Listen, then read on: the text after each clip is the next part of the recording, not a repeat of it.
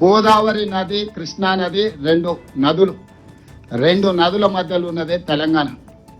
ఈ తెలంగాణ హక్కుల కోసం మన ప్రభుత్వం ఉమ్మడి రాష్ట్రంలో హక్కులను సాధించుకోలేకపోతున్నాము, హక్కులకు అన్యాయం జరుగుతుందని, నష్టం జరుగుతుందని తెలంగాణ రాష్ట్రం ఇచ్చినాం. తెలంగాణ రాష్ట్రం వచ్చిన తర్వాత వెళ్ళి కిరణ్ కుమార్ రెడ్డి తయారు చేసిన పేపర్ మీద కేసీఆర్, హరీష్ రావు గారు ఇద్దరు కలిసి సంతకం పెట్టేస్తే ఆ కిరణ్ కుమార్ రెడ్డి కంటే వీళ్ళు ఎక్కువ దుర్మార్గులు కదా. కాలు వచ్చి చెప్పిండు కదా, పక్కోడు చేస్తామని పొలిమేరలు అవతల తరుతాం, వీడియో అయితే ఇక్కడ పాత్ర ఇస్తాం అనేది చెప్పిండు కదా.